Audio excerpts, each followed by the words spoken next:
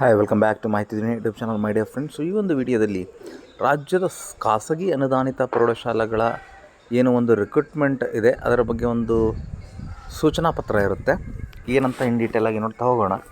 Stay tune to ಮಾಹಿತಿ YouTube channel ಅಂತ ಹೇಳ್ತಾ, ಸೊ ಯಾರೆಲ್ಲ ಇಲ್ಲಿ ಖಾಸಗಿ ಅನುದಾನಿತ ಏನು ಪ್ರೈವೇಟ್ ಏಡೆಡ್ ಹೈಸ್ಕೂಲಲ್ಲಿ ನಿಧನ ಹೊಂದಿರ್ತಾರೆ, ನಿವೃತ್ತಿಯಾಗಿರ್ತಾರೆ, ರಾಜೀನಾಮೆ ಕೊಟ್ಟಿರ್ತಾರೆ ಅಥವಾ ಇತರೆ ಕಾರಣಗಳಿಂದ ತೆರವಾದ ಖಾಲಿ ಹುದ್ದೆಗಳನ್ನು ಭರ್ತಿ ಮಾಡಲು ಆನ್ಲೈನ್ ಪ್ರಕ್ರಿಯೆಯಲ್ಲಿ ಅನುಸರಿಸುವ ಕ್ರಮಗಳು ಅಂತ ಹೇಳಿದ್ದಾರೆ.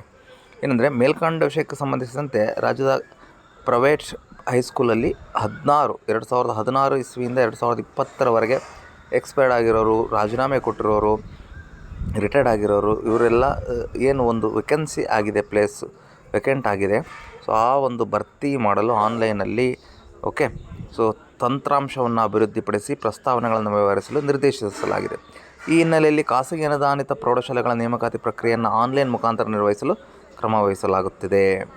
ಸೊ ಖಾಸಗಿ ಅನುದಾನಿತ ಪ್ರೌಢಶಾಲೆಗಳಲ್ಲಿ ಏನು ಈ ಕಾರಣಗಳಿಂದ ತೆರವಾದ ಹುದ್ದೆಗಳನ್ನು ಭರ್ತಿ ಮಾಡಲು ತಂತ್ರಾಂಶದ ಮೂಲಕ ವ್ಯವಹರಿಸಲು ಮೊದಲನೇ ಹಂತದಲ್ಲಿ ಖಾಸಗಿ ಅನುದಾನಿತ ಪ್ರೌಢಶಾಲೆಗಳ ಮಂಜೂರಾದ ಕಾರ್ಯನಿರ್ವಹಿಸುತ್ತಿರುವ ಖಾಲಿ ಹುದ್ದೆಗಳ ಮಾಹಿತಿಯನ್ನು ಅಪ್ಡೇಟ್ ಮಾಡುವ ಕಾರ್ಯವನ್ನು DDOಗಳಾಗಿರುವ ಕ್ಷೇತ್ರ ಶಿಕ್ಷಣಾಧಿಕಾರಿಗಳು ನಿರ್ವಹಿಸಬೇಕಾಗಿರುತ್ತದೆ, BOಗಳು.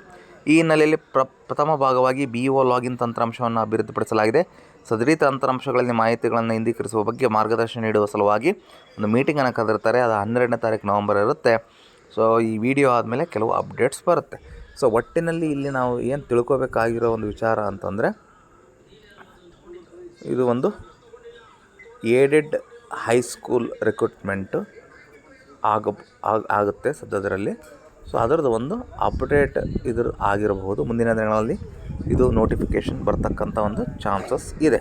ಸೊ 4 ವರ್ಷ ನೆನಪಿಟ್ಕೊಳ್ಳಿ, 16ನೇ ಇಸ್ವಿಯಿಂದ 2020 ಅಂದರೆ 4 ವರ್ಷದಲ್ಲಿ ಎಷ್ಟು ಜನ ರಿಟೈರ್ಡ್ ಆಗಿದ್ದಾರೆ, ಎಷ್ಟು ಜನ ರಿಸೈನ್ ಮಾಡಿದ್ದಾರೆ, ಎಷ್ಟು ಜನ ಎಕ್ಸ್ಪೈರ್ ಆಗಿದ್ದಾರೆ, ಇವು ಮ್ಯಾಟ್ರ್ ಆಗುತ್ತೆ. ಸೊ ಇಲ್ಲಿ ಒಂದು ಡೀಸೆಂಟ್ ನಂಬರ್ ಬರುತ್ತೆ. ಆದಮೇಲೆ ಅಲ್ಲಿ ನಿಮಗೆ ನೋಟಿಫಿಕೇಷನ್ ಕಾಲ್ ಆಗ್ತಕ್ಕಂಥ ಎಲ್ಲ ಸಾಧ್ಯತೆಗಳು ಇರುತ್ತೆ. ಓಕೆನಾ? ಸೊ ಇದು ಆಯುಕ್ತರ ಕಚೇರಿ, KR ಸರ್ಕಲ್, ಬೆಂಗಳೂರು ಕಡೆಯಿಂದ ಹೊರಡಿಸಿರ್ತಕ್ಕಂಥ ಒಂದು ಪತ್ರ ಆಗಿರುತ್ತೆ. 11ನೇ ತಾರೀಕು ನವಂಬರ್ ಇದು ಬಂದಿರುತ್ತೆ. ಓಕೆನಾ? ಸೊ ಇಷ್ಟು ಹೇಳ್ತಾ ಮಾಹಿತಿನ ಮುಗಿಸಿದ್ದೀನಿ. ಮತ್ತೊಂದು ವಿಡಿಯೋ ಜೊತೆಗೆ ನಿಮ್ಮ ಮುಂದೆಲ್ಲ ಸಿಗ್ತೀನಿ.